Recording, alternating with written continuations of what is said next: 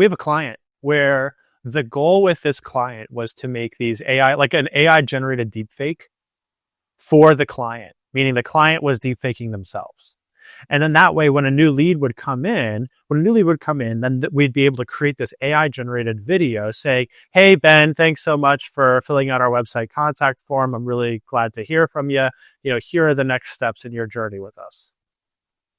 And the demos, we probably tried out 6, 7, 8, 9 different software platforms. And the demos were all amazing. But when you got in there, and we were able to do the deepfake successfully, but when you got in there, it just like wasn't quite him. There's like that uncanny valley where it's like, it's close, but is it close enough? And it just kind of shows that, like, yeah, you could see a great video on a website, like the YouTubers could do what YouTubers do, but that should not replace the standard decision making of, is this a good idea? Again, I've kind of referenced multiple times in this conversation this idea of how you think about and apply AI in like your thought leadership. In like, I mean, I've listened to, I mean, full disclosure, I mean, I utilize you in terms of we're working on some kind of fun projects right now.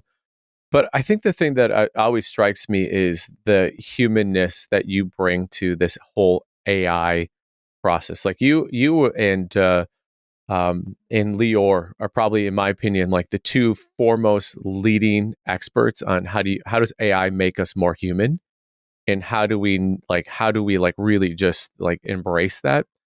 But before I get in there, I want to just understand, is there sort of 3 areas that you think anyone who is listening to this should be utilizing AI in their life to make their life just better?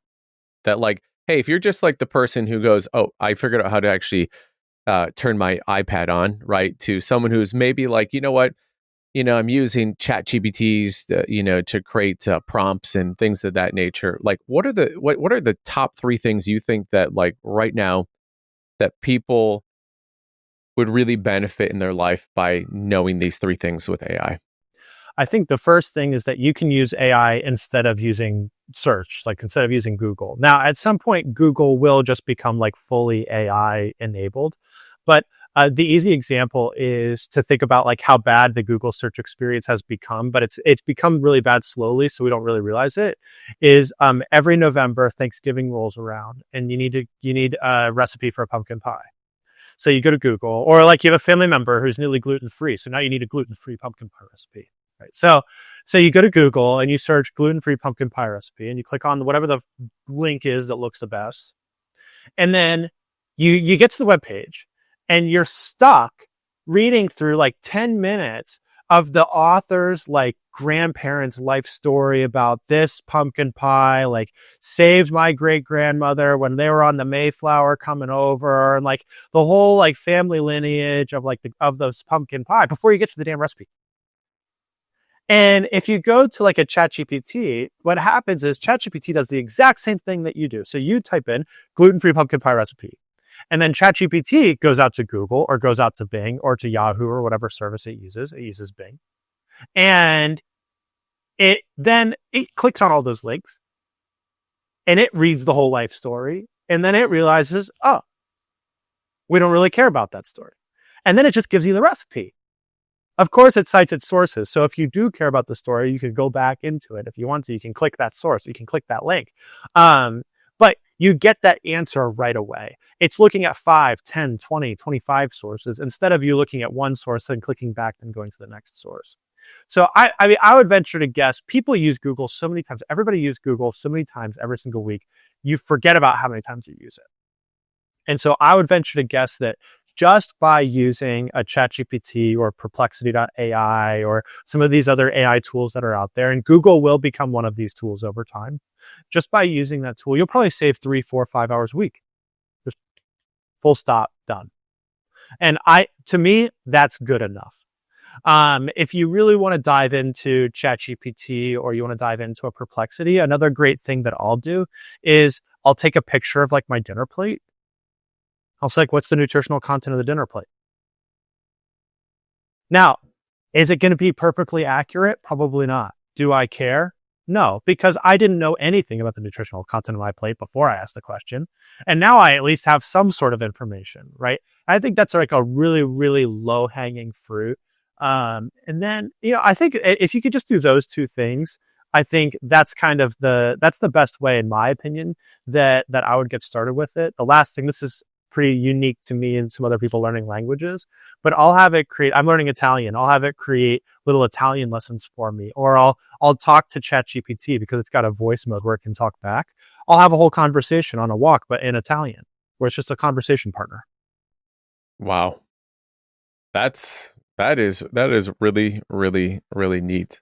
I think the big thing that if you aren't, you just need to start. And I think these are some really easy entryway things into. It's like going to the gym. It's like going to the gym. You're not going to be that great at working out, and it's not going to be that much fun, and you're really not going to enjoy it all that much the first time that you go to the gym. But if you keep going consistently, if you keep working with the AI consistently, you build that AI muscle to the point where it becomes second nature.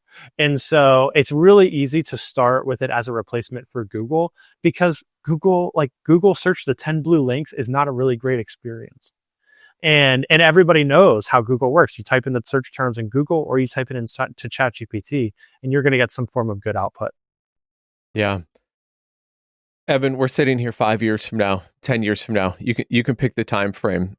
What is your vision that you see about AI? How does that affect us? How does it affect our lives? What sort of tailwinds is that going to provide? We'll start there, and then I'm going to circle back to headwinds. We'll start there is quite a big swing. I can't see any more than 18 months, to be honest with you. The large language models, so the ChatGPTs, the Claudes, the Geminis, those are continuing to get better at exponential rates.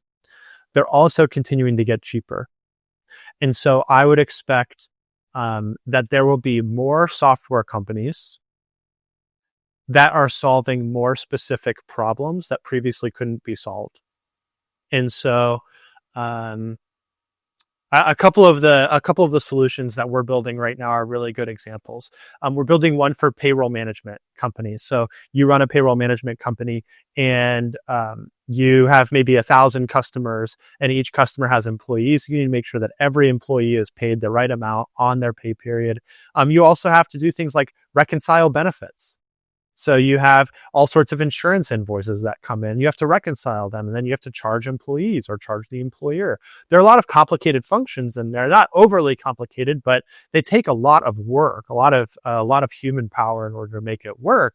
And previously, the market size was a little too small for the amount of work that it takes, and the amount of work was just kind of like too big. It's just like, the technology wasn't quite there. And now the technology is starting to really become there. And so I think that in every industry, there will be a lot more solutions that are very niche, that are very narrow, that solve problems that currently take your team 5 hours a week, 10 hours a week, 5 hours a day, something like that. So I would definitely focus on that. I think there are going to be a lot of discussions, and I'm not the right person to have this discussion, but there are going to be a lot of discussions around AI in education. I'm already starting to hear a lot of murmurs about AI in education. Just last week, I had 2 calls with educational organizations about AI and getting out in front of it and understanding, where does it go, where does it not go. So I think we're going to hear a lot of conversations about that. And I think that overall, it's going to feel more and more normal. It will be less and less exciting, even though my expectation is the progress will get bigger and bigger. Because AI will not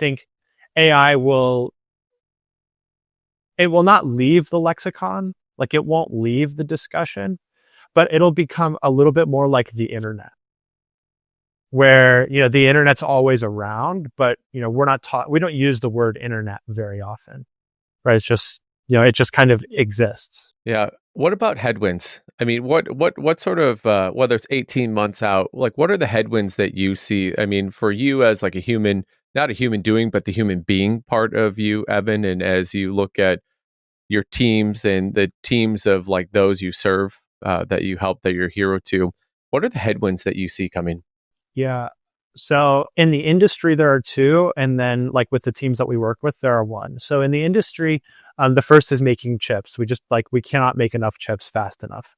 The second is, even if we could make all the chips that we needed, we do not have enough power in the grid.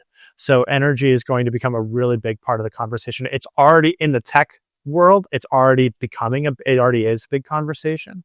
But I think power generation will become a broader conversation among entrepreneurs in general, because we do not have enough power right now to be able to power just the data center needs that we have coming over the course of the next 3, 4, 5, 6, 7 years.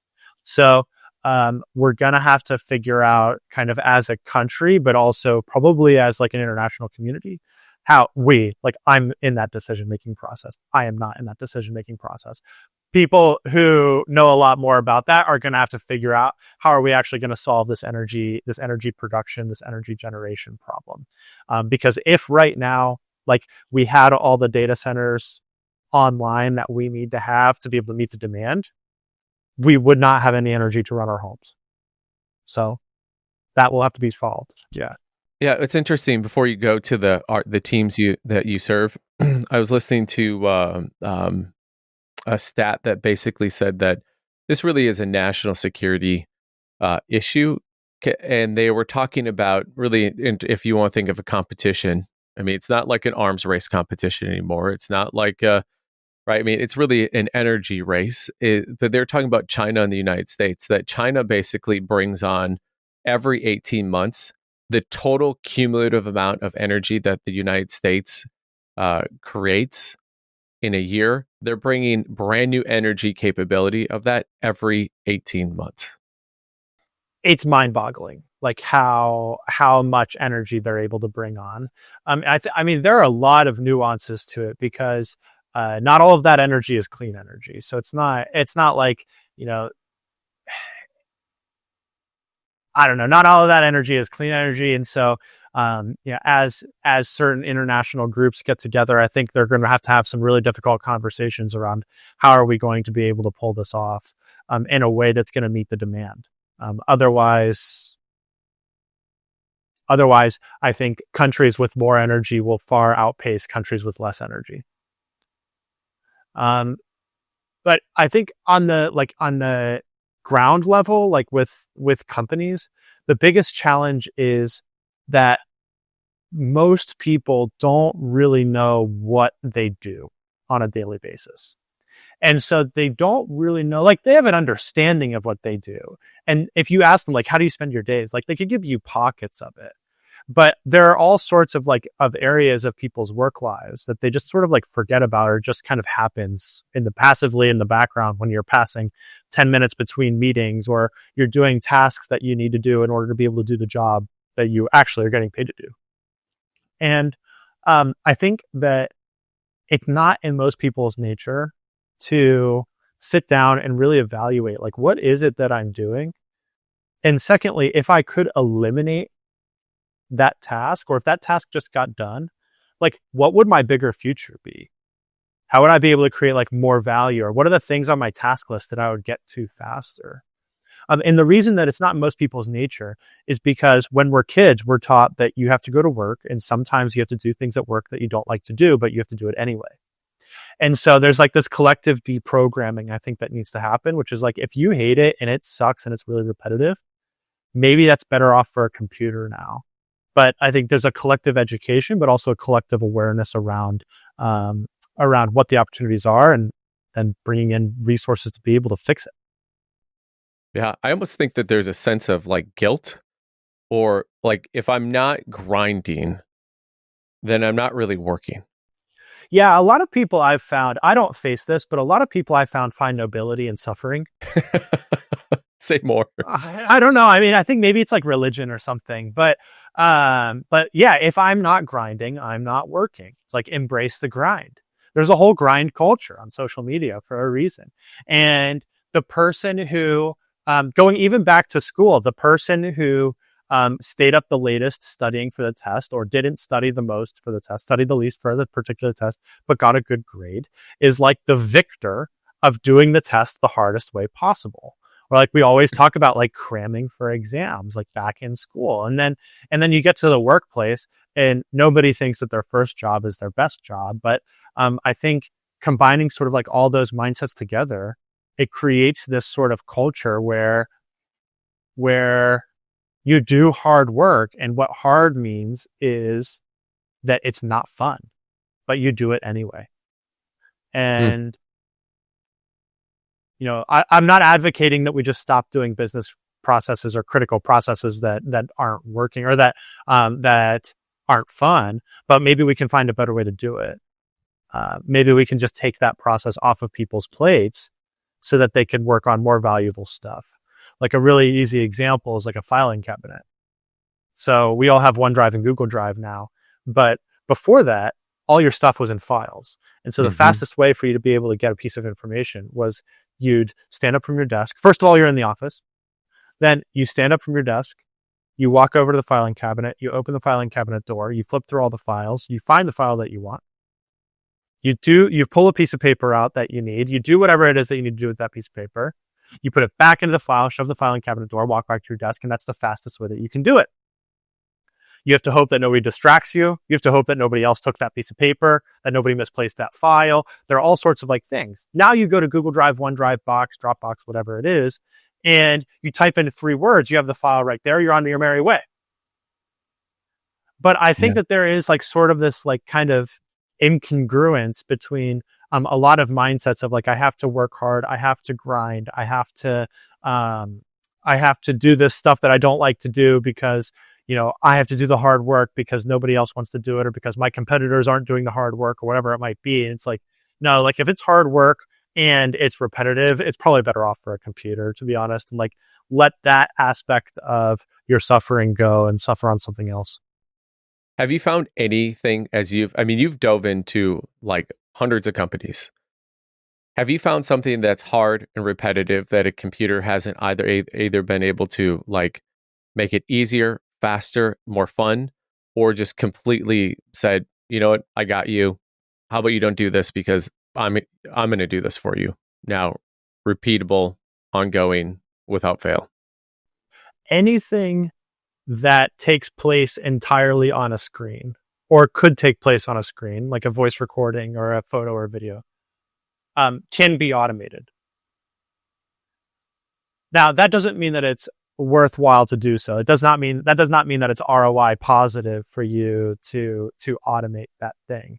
It also doesn't mean that it's a good idea for you to automate it. So there are some things where you really want humans doing stuff, right? Like you really want a human to sign off on it or to be doing that thing because it's unique, or you really need to have a set of eyes on it.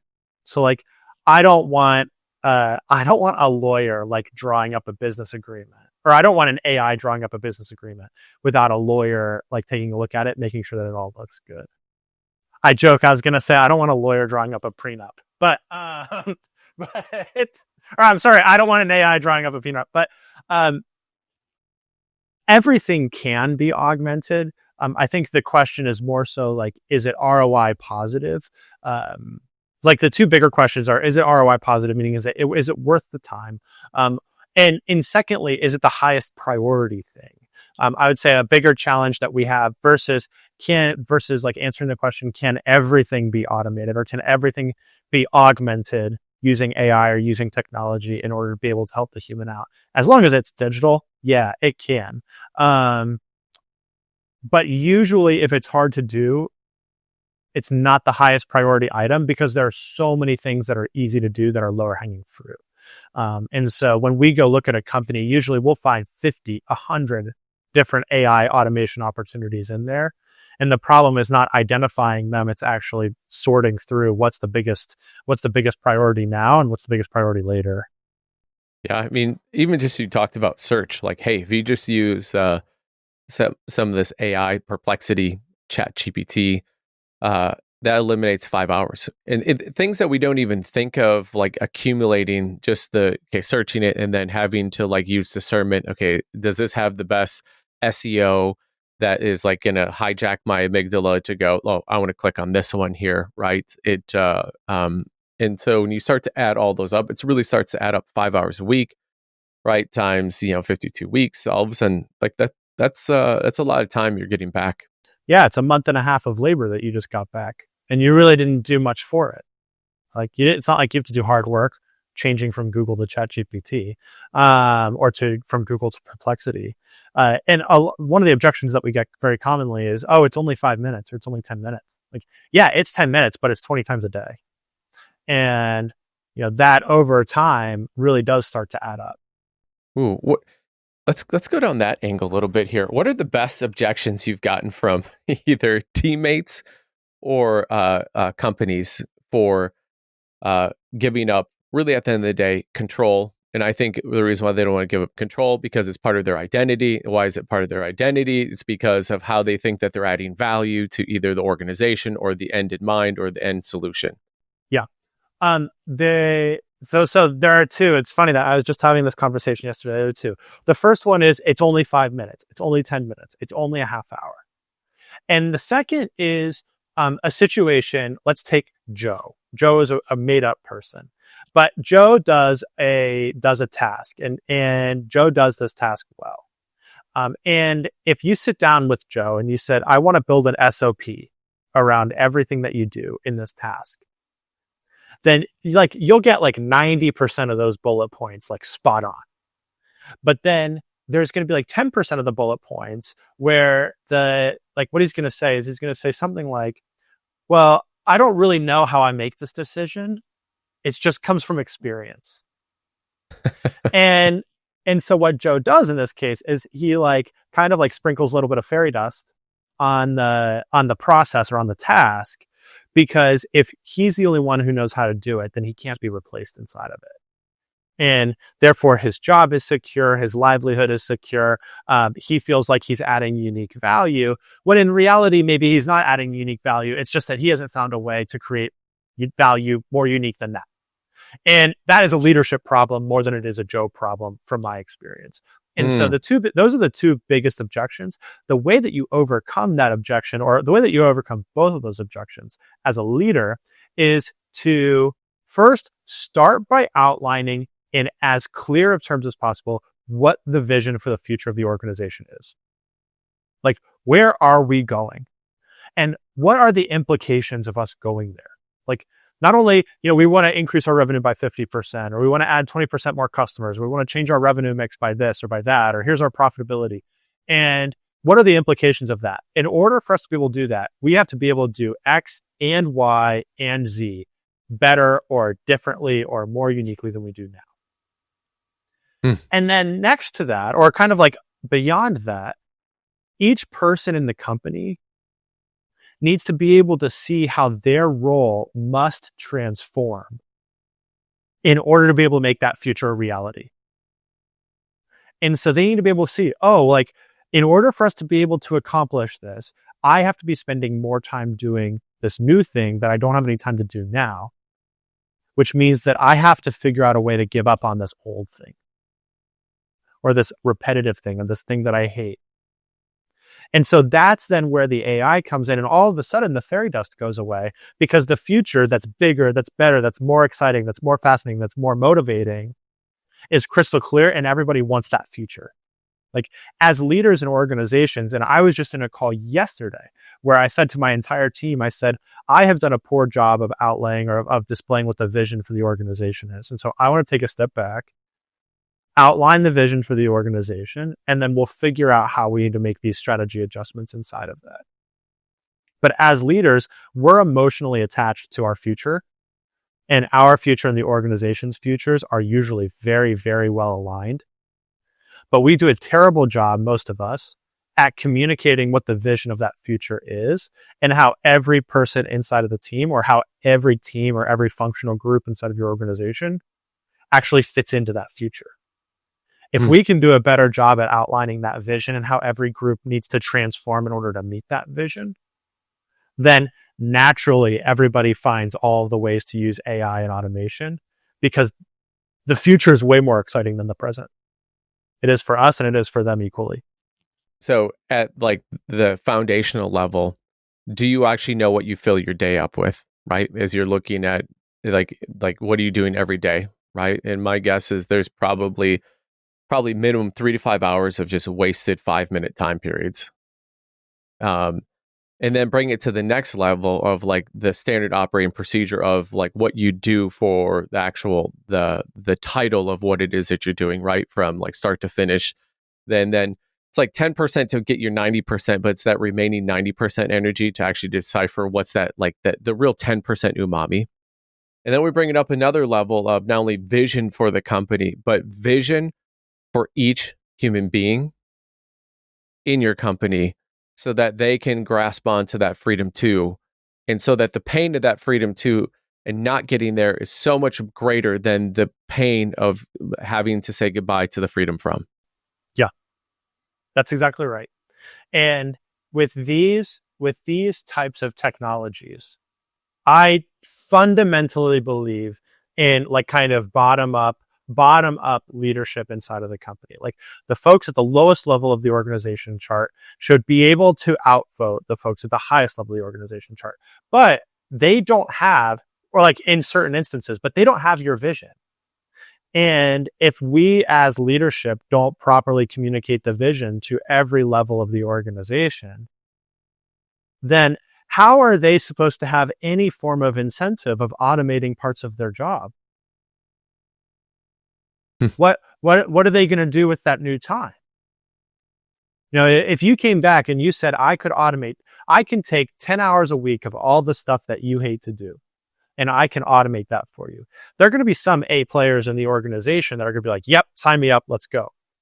But there are going to be a lot of people in the organization that are going to say, oh, that's great, that's great, that's great. Let's set a meeting for 3 weeks from now, hoping that the idea gets lost or there's a new flavor of the day.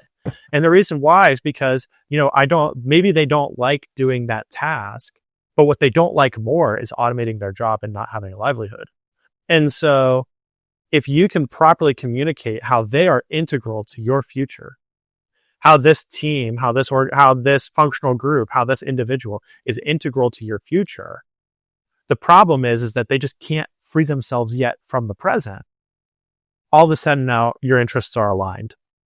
Evan, I think this is probably the best explanation of how do you actually integrate AI into your organization. So much of what I'm hearing out there is about how to use AI to like create prompts, solve problems, things that you don't necessarily see, looking at your products in a different way. How can you market it? Like how can you market to your target market? But there's been very little conversation about how do you actually bring this at a formulaic level to get the most important part of your organization is not the external, but it's the internal. And I thought what you just outlined was like, I think truly transformational and not only that, but laying the responsibility of it, not at your team's feet, but at the leadership's feet. Yeah. Yeah. The responsibility of integrating new kind of emerging technologies is on the leadership. And if you're running a company that has, I'm making up a number, but if you're running a relatively small company, so maybe you have 50 employees or less, there's a really, really easy way to get AI in the organization. So you start by outlining the future, like really crystal clear in the future. And then underneath that future, you write down all the obstacles that are getting in the way between where you are right now and what that future is. Next to each obstacle, you write down the name of who it is in your organization that is directly responsible for helping you overcome that obstacle. And then next to their name, you write down all the stuff that they have to do that they don't like to do. And you start by automating that. So a big mistake that a lot of leaders make is, first of all, they go in, they listen to a podcast like this, or they go to a tech conference, or they watch a YouTube video, and then they go to their leadership team, or they go to the whole organization, and they say, AI is coming, figure out how you can start using it. I got you all ChatGPT subscriptions. What you have in that case is you have a solution in search of a problem.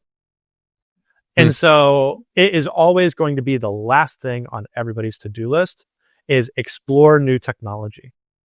For most people that aren't tech forward, that aren't tech native, they don't really choose a lot of technology. They're not using a lot of new technology all the time. They might even be a little bit afraid of clicking the wrong spots, of breaking the technology, of leaking information, of whatever it might be.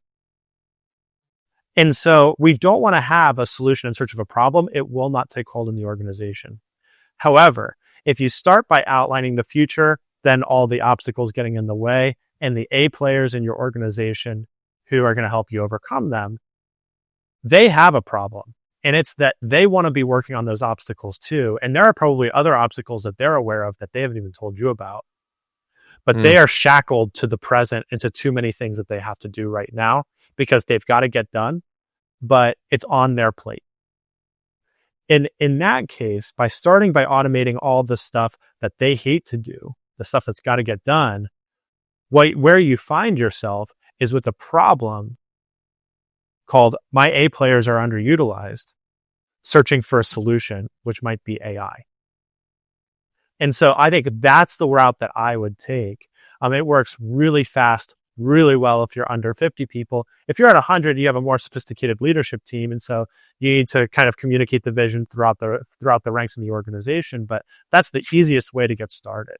It's not just buy everybody an enterprise ChatGPT subscription and let them run. Most people are going to run nowhere.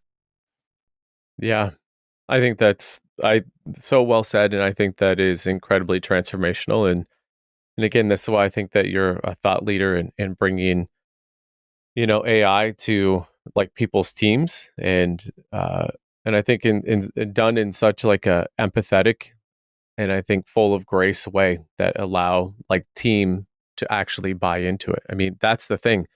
Ideas are only sparks until your team actually allows it to catch fire. And then when it catches fire, now you have a movement. And I think you just outlined that beautifully, and how entrepreneurs and not only entrepreneurs, anyone in any type of organization, you just outlined, whether it's a not-for-profit all the way up to the most entrepreneurial of organizations, you just outlined like the winning formula.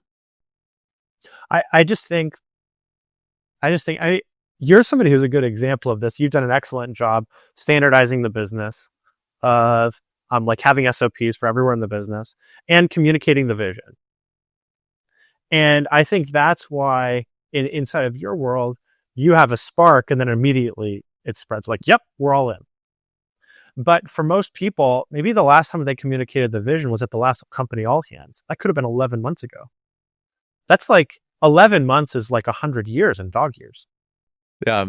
I think, and honestly, I think the thing that I see as I'm coaching entrepreneurs is that they have a vision that sort of goes like, tell me about the best meal you've ever had. And they're like, well, it had this and it had this sort of flavor and it tasted like this and it was sort of plated like this. And there's not the clarity for people to really go, oh, well, this is the protein, right? This is the sauce. This is how it's made, right? Here are the ingredients for it. And for you to be able to recreate it. Evan, I want to transition us a little bit because I think that how you live your life is I think in a lot of the ways of how you've actually approached AI and how you've approached it to like create freedom in your life, and not only your life, but the life of your team, and then through you and your team creating freedom for entrepreneurs and then their teams, right? And then it's just like this ongoing ripple effect. But I think that you have lived a life that most people maybe see on Instagram or have watch or subscribe to a YouTube channel. And in the beginning I had said, I was like, you've been homeless for 4 years, right? Part of it sort of funny, but the reality of it is you have been homeless for 4 years. And when I say homeless, think of like the world's greatest homelessness that you would actually want to be a part of. And that's right. And that's right. And that is your life. And I think that it's apparent how you think about AI is you think about it differently. You've approached it differently. And so I'd love if you share with our audience how you have lived homeless for the last 4 years, but how it is absolutely transformed. I mean, you've lived one of the richest, wealthiest. And when I'm saying wealthiest, I'm not talking in terms of like money. I'm talking about experience rich, relationship rich, memory rich, right? Die with zero, having memory dividends. I mean, you're the greatest dividend producing, uh, like free entrepreneur that I know. Oh, that's kind of you. I keep a diary. I write it in most days. And I just wrote down world's greatest homelessness. So uh, that that may end up if I publish it, that may end up being the title. um, so I've been a digital nomad now for like 3.5 or 4 years. And all that means is that I live out of Airbnbs all over the world with my now fiance.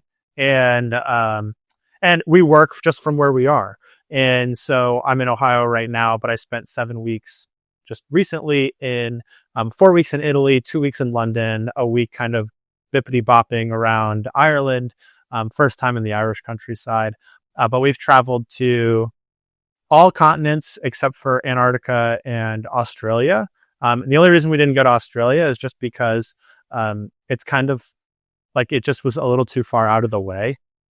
But like it wasn't even really time zone things. It was just we had other places to go. We spent time in Morocco, in South Africa, in Thailand, in Japan, in Singapore, almost every European, or probably about half the European countries, Costa Rica, Argentina, Chile, Colombia, Mexico City, all sorts of different places. So essentially, we just live out of Airbnbs, and we like live a normal life like anybody else does. It's just on weekends we go out exploring. Yeah, can you back us up to what was the genesis of like we're selling everything, right? Because most people, as they get down the success ladder, they usually actually establish more roots. They accumulate more things that keep them tied to either their role, their job, their their existing status quo. Like, what was the genesis for you that made you go, you know what, I I want to go out and experience the world? My fiance, girlfriend at the time, and I were maybe 25, 25 or 26, 25.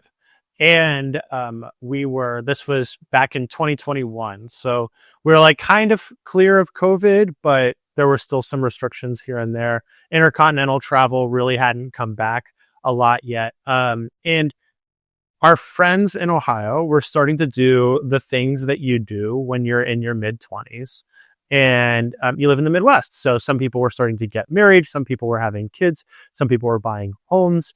But it kind of seemed like a lot of our friends were taking this like next large step in life. And to my girlfriend and I, we just like were like, we weren't like super keen on like starting to put down roots. And she had learned about these organizations where you sign up to be part of this organization or you sign up for a trip. Basically, it's like a group travel trip. And then you live in a certain spot for a month. You like live and work for a certain spot for a month. And she'd always wanted to do that. And so we were in Florida, of all places, on a walk on the beach. And we had to have this discussion because we had been together for 2.5 years. It's like, are we going to move in together? But we didn't really want to like just like settle down and buy a house. So by the end of our walk, which went a little bit longer than we expected it would go, we're like, all right, so we're going to sell all our stuff. We're going to start in Scotland because they speak English. And then we're going to go until we get bored. So we gave ourselves maybe a 13 or 14 month runway. We both kind of set up our companies to be successful when we were going to be in a different time zone, like 5, 6, 7, 8 hours off of, the time zone that we're normally working on. And then we sold our cars, sold most of our stuff, and essentially packed our suitcases and went. But the objective was never to travel. Really, it was never even to travel the whole world. It was also never to travel for this long. It was just, we're going to go, we're going to have a nice time. We're going to start in Scotland. Maybe our families are going to join us in Italy after that. And then we're going to make it up as we go. And we've been successfully making it up as we go for now 3.5 years. And we have gone to most of the continents, and we have had a lot of really amazing experiences through the whole process. And so, yeah, kind of hanging out, having a nice time. It is a life that a lot of people see on Instagram. That doesn't mean that there aren't downsides. Like I would really love to walk in Most Airbnbs like don't have stocked kitchens. Like I would love to have like a well stocked kitchen every time I walk into an Airbnb. Um, but I'm certainly not going to be one to complain. It's a really good gig if you can get it. Yeah. What are the things that surprise you most? Like what you expected and then actually the reality of it? I work less when I'm 5, 6, 7 hours off Eastern time. Eastern time is where my company is. I work less, but not because I'm so infatuated with like Europe or Cape Town or wherever I am.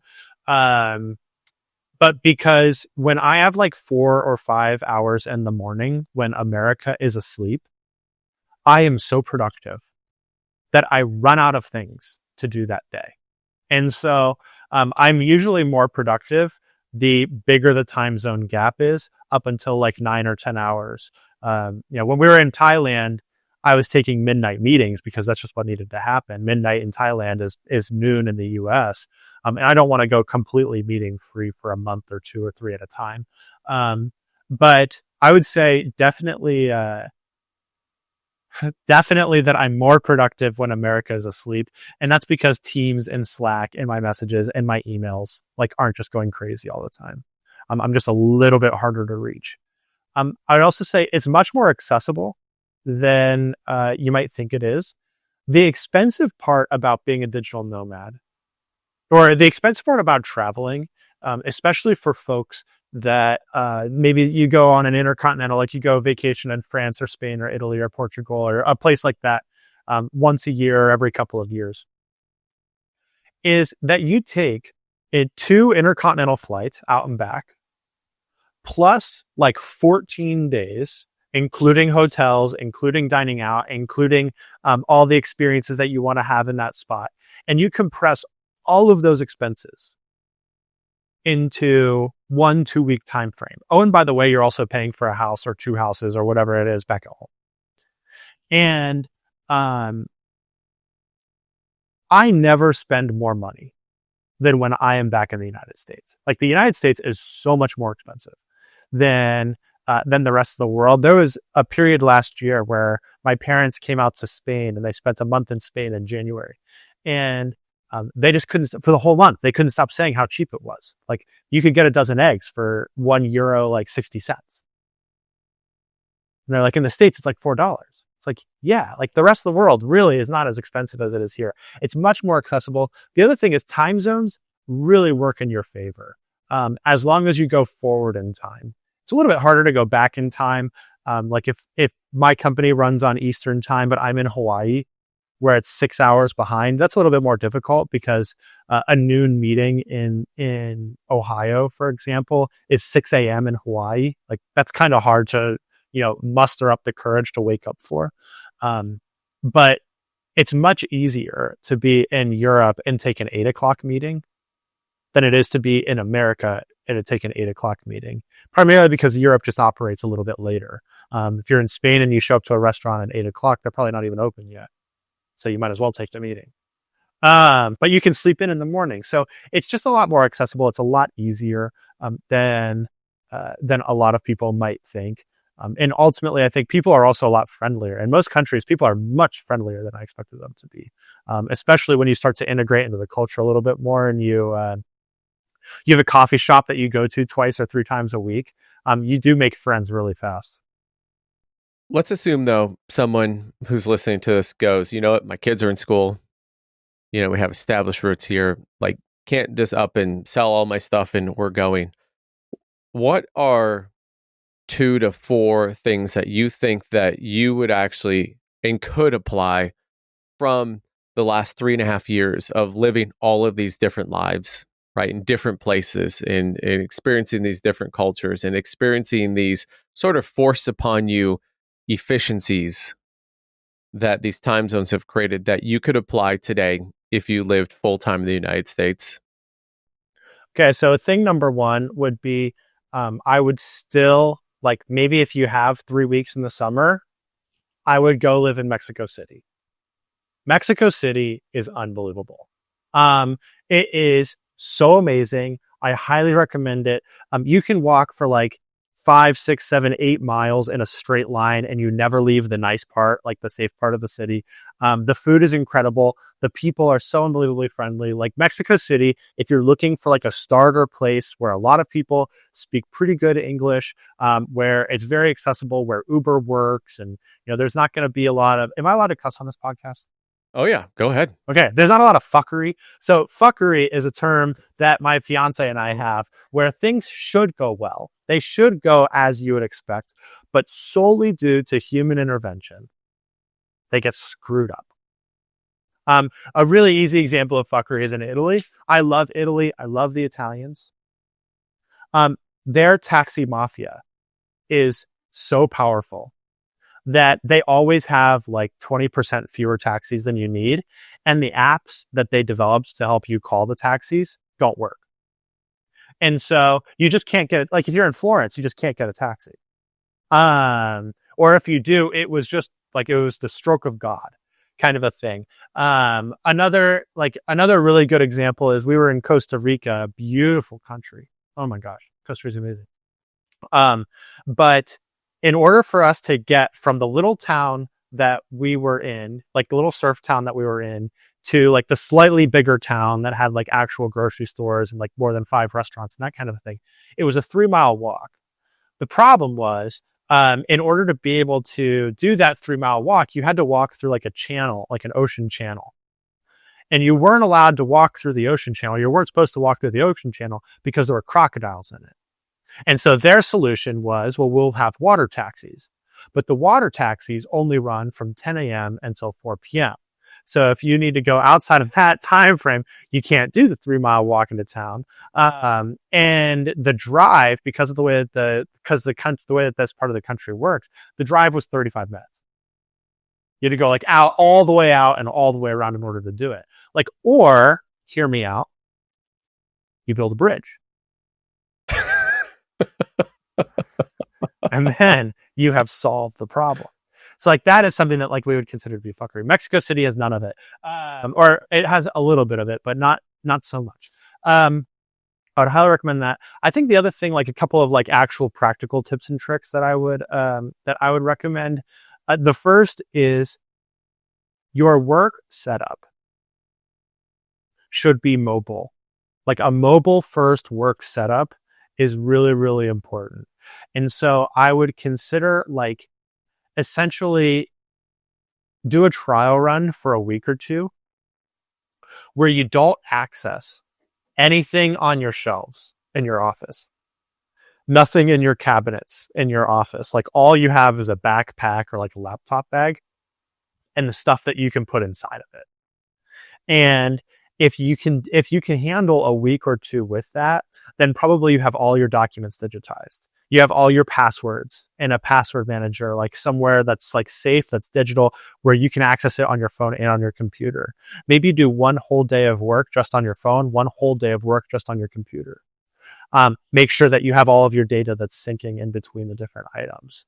And then it's going to be really easy and there won't be any rude awakenings when you do go to France for a month or two and you start working and everything just works seamlessly.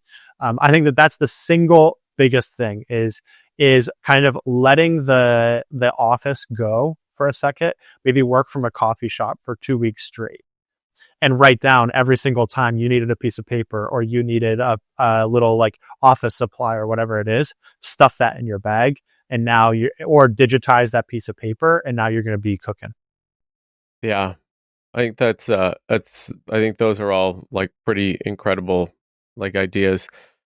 After my son Benny died, I spent a lot of time thinking about this idea of being alive versus living. And I often think about you, Evan, in this out in the wide world, right? Still doing big entrepreneurial things, still being growth minded, yet still like doing big, being living, not just alive things. What have you noticed about your travels and then your reflections upon when you come back home and maybe people are in automaticity, right? They show up, do the thing, rinse and repeat. Can you share a little bit about that? this idea of alive versus living and what you've noticed, not having a home, not having the roots, um, and and also just your observations of family, friends, other entrepreneurs that you're around who might just be living in automaticity. I'm probably not the best person to answer that question because I'm on, if you consider a spectrum where like the kind of like automaticity life is like at one end, I'm probably clear on the opposite end. Like I have very little routine. And what routine I do have, I essentially reinvent every 2 to 4 weeks.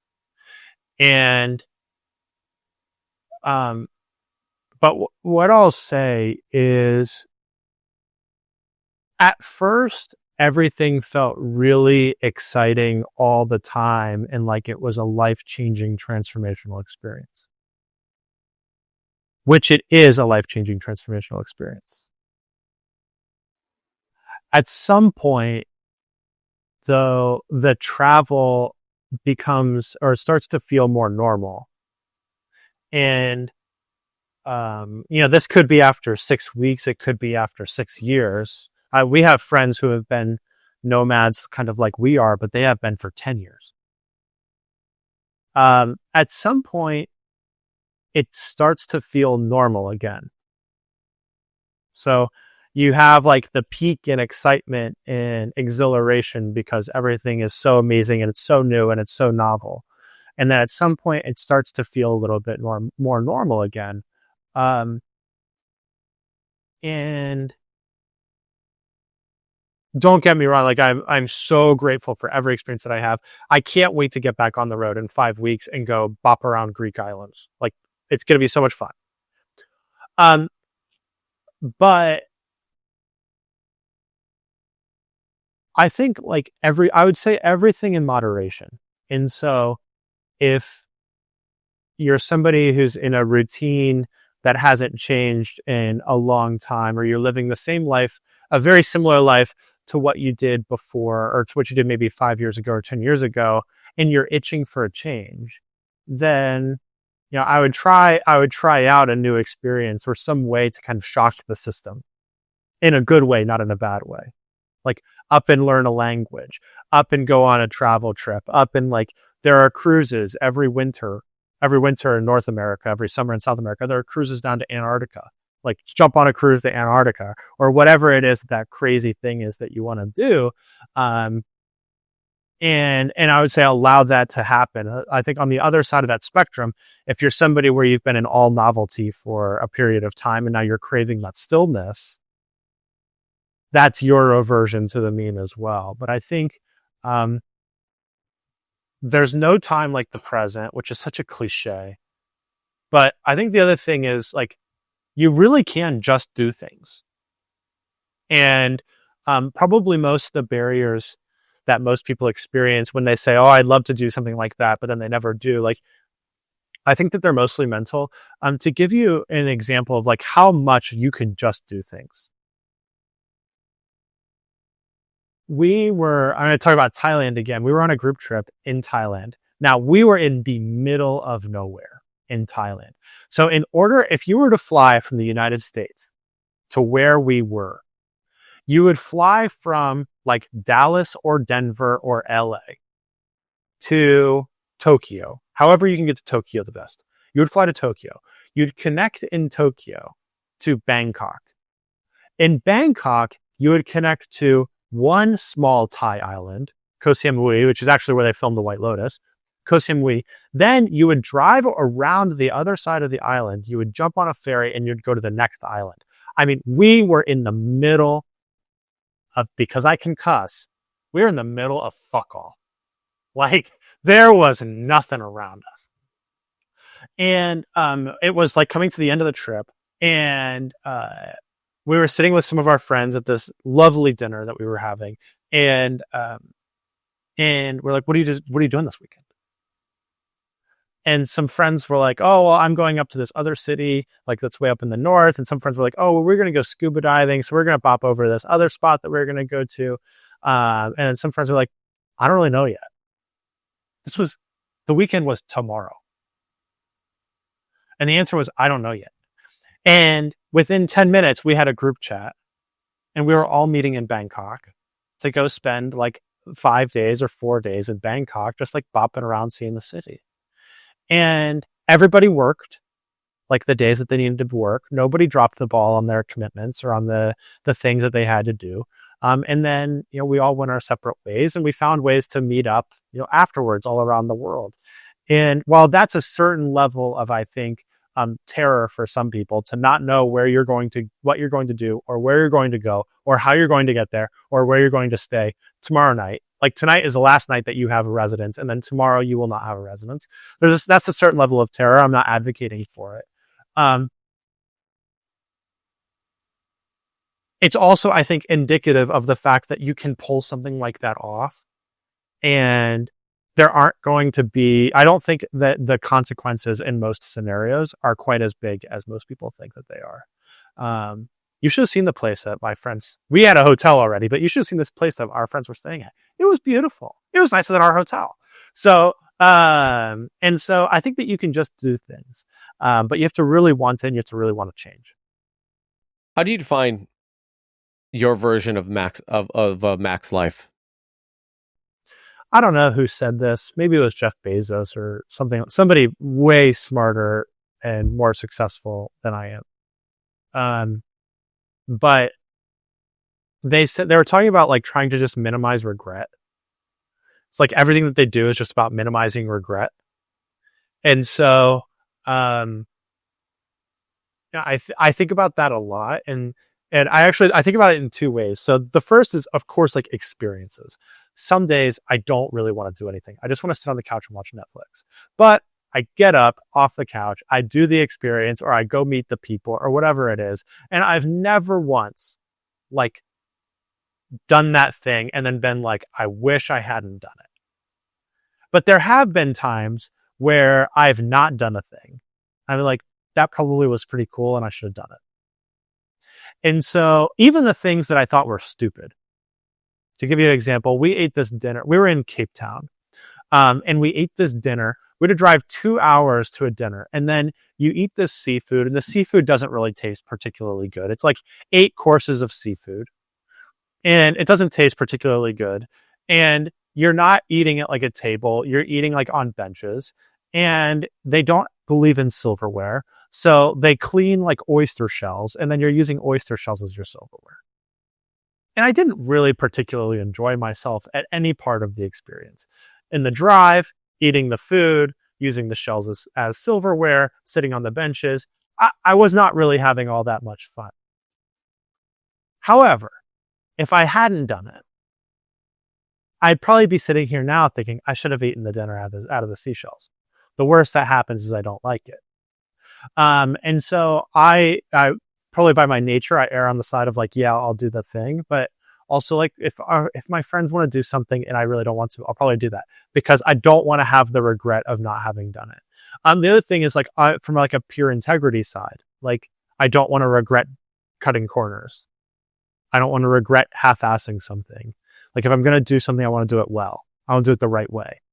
And so I think instead of trying to like optimize or maximize for perfect, I just try to like do as many things as possible the right way with all my energy and have like the fewest regrets. It's probably like, I don't optimize my life for like to have the fewest bad things, but I find that like that's the easiest way for my mind to work around it.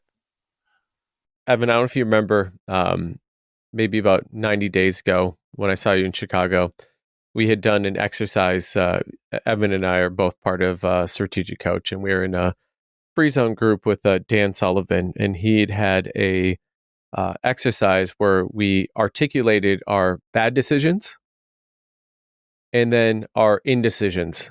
I think it was over the last year, 5 years, 10 years. I don't think there's necessarily a time frame. And the thing that came out of it that I thought was wholly surprising and like sort of shook the room. I think there's about 35 like incredible entrepreneurs in there, is that the realization that indecisions had 10x missed out opportunities, or it cost them 10x more than actually the bad decisions. And actually, bad decisions, actually, even when you were actually saying, hey, this is a bad decision, it always led to, but it led to this, which were incredible outcomes. And I think that when I'm listening to you, it's the same thing of a decision to be engaged, all in, be present, whether the outcome of it was, okay, was this a 3 Michelin star meal? No. But at the end of the day, here you are talking about eating seafood with an oyster shell, right? Which in itself is an experience versus, sure, you could have caught up on Better Call Saul, Netflix marathon, and you would have missed out. I draw back on something that I heard. Another person who's much smarter and much more successful than I am, Brian Armstrong, who's the founder or co-founder of Coinbase, like the cryptocurrency company. He was saying, and I think he was quoting somebody else, but I can't be sure. He was saying that like startups are like sharks, who's like, you just have to keep swimming. But the moment that you stop, like bad things happen or you start to die. And um, and I really think that as I gain more experience, I would say that seems to be more and more true, but in the entirety of your life, which is like, or in the entirety of my life, which is like the thing that is the most debilitating is indecision, because that stops all forward progress. And even a bad decision is still forward progress because now you know what not to do. It's like nobody's completely useless. Like they can always serve as a bad example. And and and so I really try to avoid that indecision as much as possible, like that stopping of progress as much as possible. That doesn't mean that I'm not thoughtful about decisions that I'm making. In fact, I would say that in many areas, even though I'm not somebody who likes to do any research at all, I have like an allergic reaction to research. I would say that with certain high like high importance decisions, I'll take months or years to make the decision on it. But I don't think that that's indecision per se. I think it's just continuing to gather more and more information about something that where it really matters. But that might be one decision a year or two decision a year, not one decision or two decisions a week or a day. And so I think that a big part of running the company that you want to run, or enacting the vision with AI that you want to enact, or living the life that you want to live, or I should speak in the first person, running the company that I want to run, or enacting the vision with AI that I want to enact, or living the life that I want to live, is just making a decision, yes or no, unless it's one of the most important decisions of my life. And then I'll take a lot of time. But usually I err on the side of yes, because, if I would rather have the experience to say I didn't really enjoy that than, have not, and now I'm regretting not having done it. Regret is a real bitch. And it never goes away. You regret something and you can't get that back. Yeah, it is. It's like a scar that every time then you look down your arm and you go, oh, yeah, like that happened. Well, I keep being hearkening back to this idea of winning, because at the end of the day, people are, I just was on a on podcast interviewing. We're talking about like, why do we do the things that we do, right?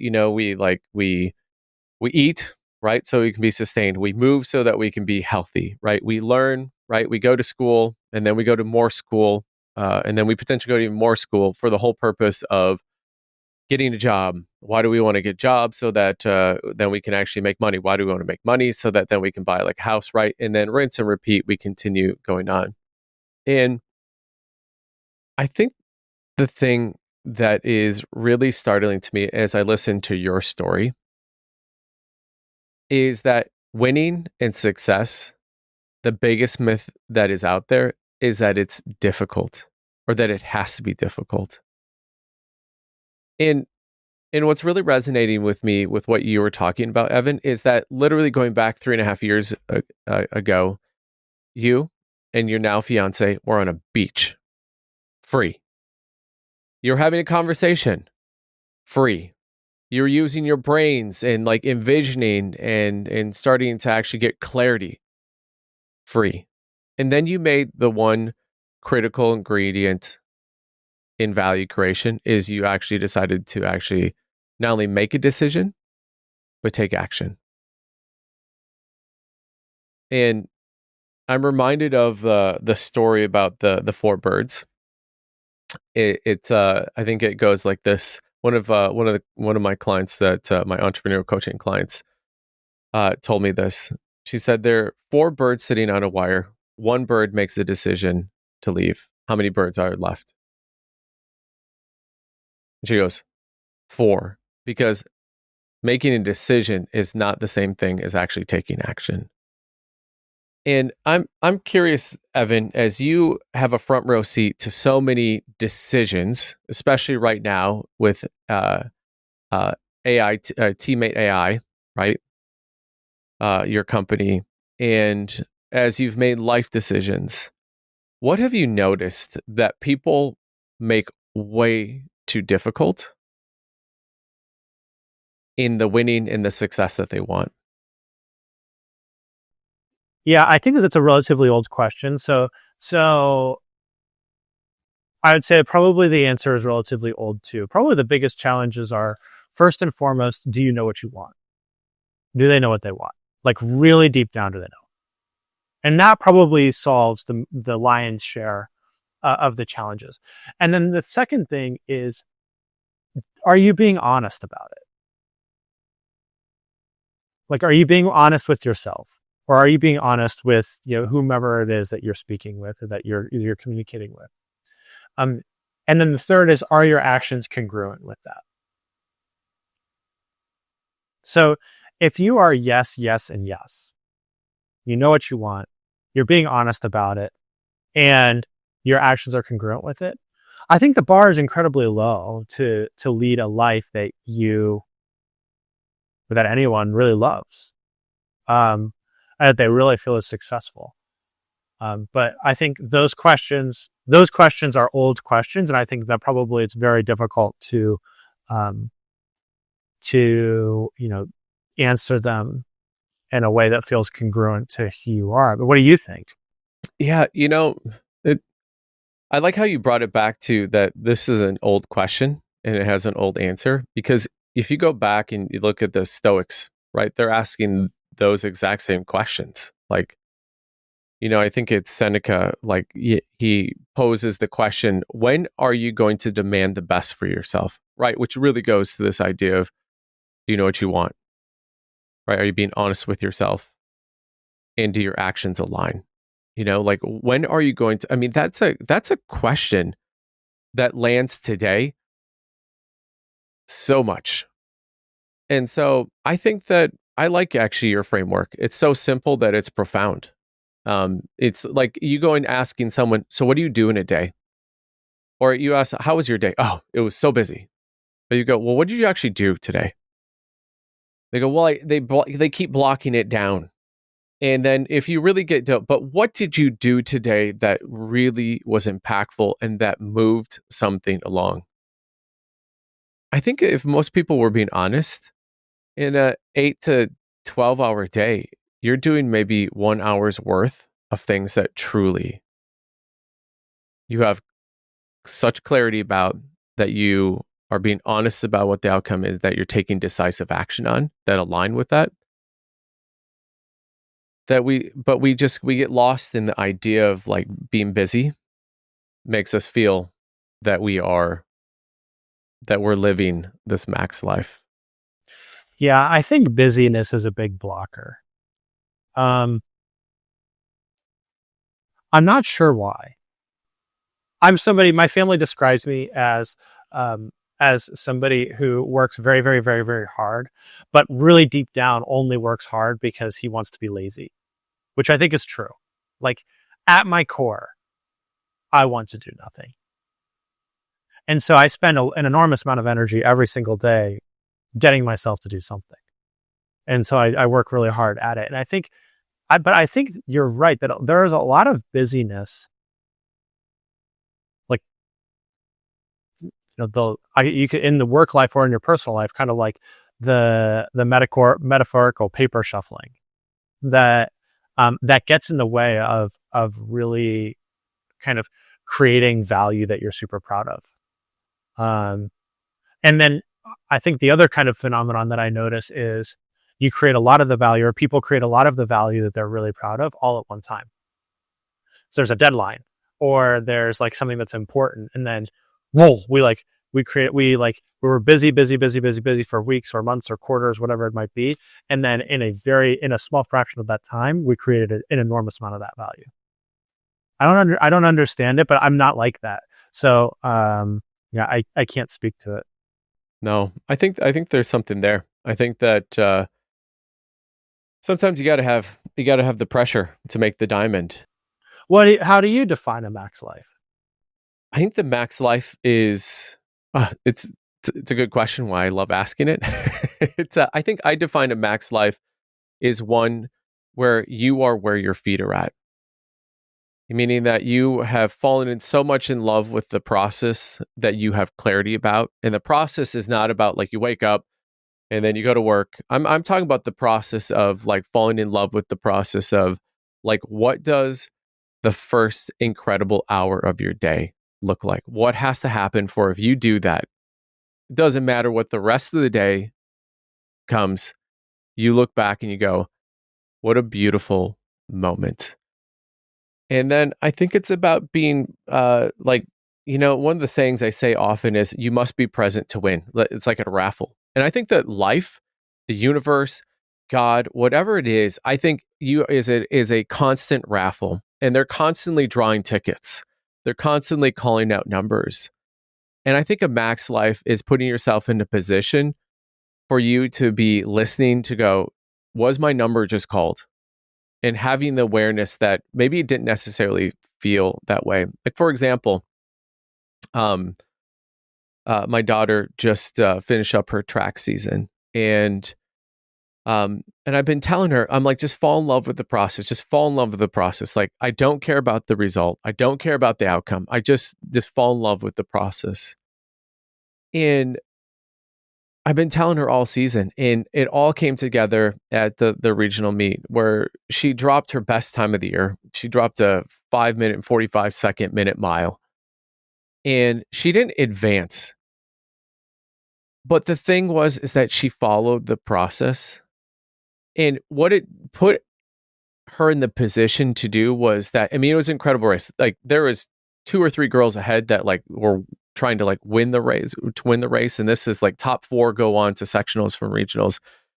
And she was locked in and engaged in this incredible chess match, running chess match with this other girl who previously the fastest time she'd ever run all year was 5 minutes and 54 seconds. And they were going back and forth, and they finally come around for the last 225 meters of the 1600 meter run. They were like, I mean, it was like a drag race from like the like almost to the last third of like the back straightaway around the corner down the final straightaway, and the girl pulled it out like in the last couple of meters, pulled ahead, dropped her best time by 10 seconds, is literally cannot stop smiling. She's in disbelief. Ellie just dropped dropped another 3 seconds off her best time all year. That girl comes over and is congratulating my daughter about what a great race. We happened to be standing there when that young woman came out and her family came over, and they were like, what just happened? And it was really, really tough to look at that being like with a whole lot of disappointment. And because you're watching someone, they just had this experience. It wasn't even my daughter. And honestly, I think looking at it, it was like at the expense of my daughter, of going on to the sectionals. But she had a PR. This girl was just so overcome and overjoyed. She was so grateful to my daughter for pushing her and like bringing that best out of her. that I liken that, like, that's a max life. Like, you are present, you are where your feet are at, you are in the arena. And whether it's actually hard or unpleasant, like losing your son, being present enough to find the absolute joy and gratitude in all of the raffle tickets that life is drawing. Like, that's to me how I define a max life. That's great. What a what a great experience. Like the serendipity, like that is just it's like magic when you have two people that like drop their times by that much. It's that close. It's that everything. Like you couldn't train for a year to, be able to fall into that circumstance. It just happens one day. It's like, are you able to take advantage of it? Like like the whole table is laid. Can you go? Yeah. And I think the most important part, it's not about the result. I mean, they provided some incredible entertainment. You could just hear, like, there was what people thought winning the race, like that was the race. No, it was like people were glued to watching that race go, and you could just feel it because afterwards. And I think that's a life that I want to live. That's a life I want to live. It's like it's not about the outcome, but it's about rubbing shoulders, and occasionally you're trading paint, right, in the race of like life. But the reality of it is it's all these things that are the patina, right? I mean, so often that's why, like, when you look at something, whether it's woodworking or it's like a metal, it's you go, oh, wow, that just looks so incredible because it's patinaed, because it has character. And I think it's the character and the human beingness that is truly the thing that it makes me most excited about AI. Is it's excavating out, like, there's some incredible human doers in this world, but once we have competitive parity, I think these ideas of what a max life looks like to you, how much clarity you have on that, how closely you're telling the truth, and when you look at in the actual evidence, how closely aligned your actions take. I think that's going to be the leading indicator of actual business success, rather than I know the skill. I'm really good at, GPTs, right? I'm really good at prompts. I think that is going to be the leading indicator of how successful not only is the company going to be, but I think if you create a company of intention and culture that excavates that for the people on your team, I think that's the greatest leading indicator of success. I asked a very successful mentor of mine, why is it that it seems like there are a few people who seem to have the best companies and the best marriages and the best health and like the best lifestyles, and they're happy, and their kids are successful, and like they're like, why is it that some people just figure it out, like a very small group of people seem to just figure it out?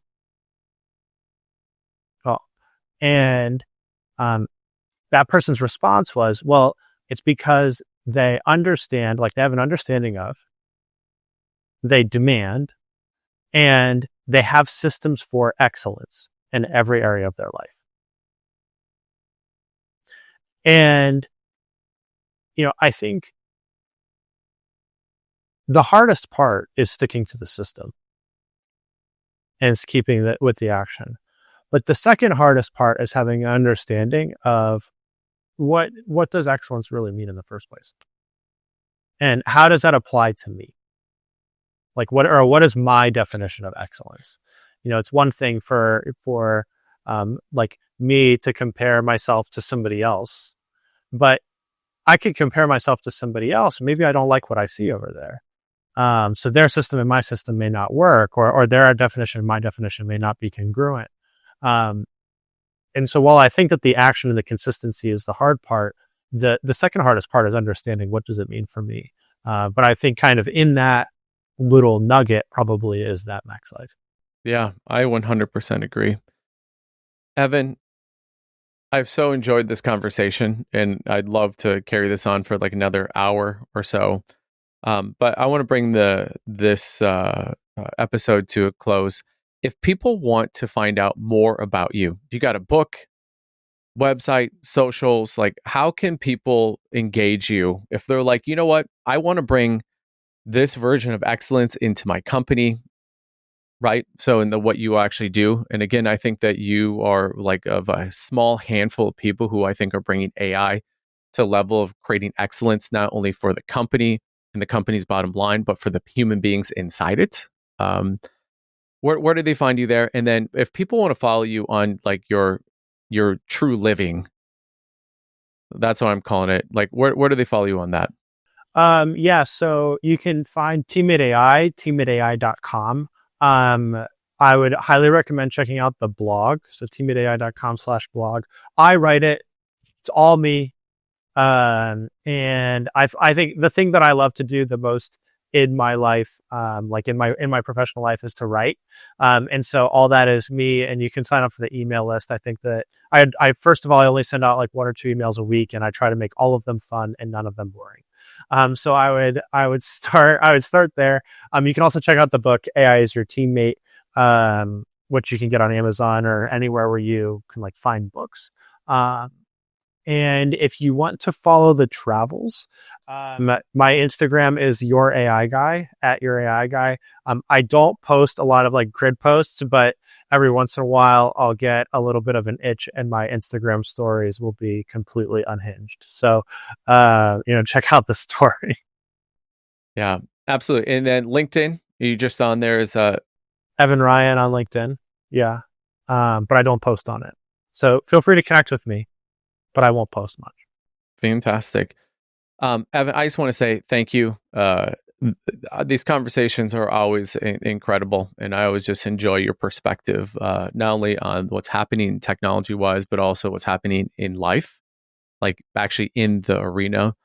I always like to leave my guests with the opportunity to leave the last word. So, Evan, what do you want our audience to leave with? Go get them. I like it. Go get them. Go get them. Evan, thank you so much for being on the podcast today. I'm sure that I'm going to be having you back. This was fun, and I'm excited to circle back with you to see how things are going and where this AI trend is going. So thank you for being here. Yeah, this was really fun. Thanks for having me. Thank you for listening. A big thanks to Elation Lab for the production and creative design. Remember to like, subscribe, and follow us on YouTube, Apple Podcasts, and Spotify. Keep listening for more Max Life.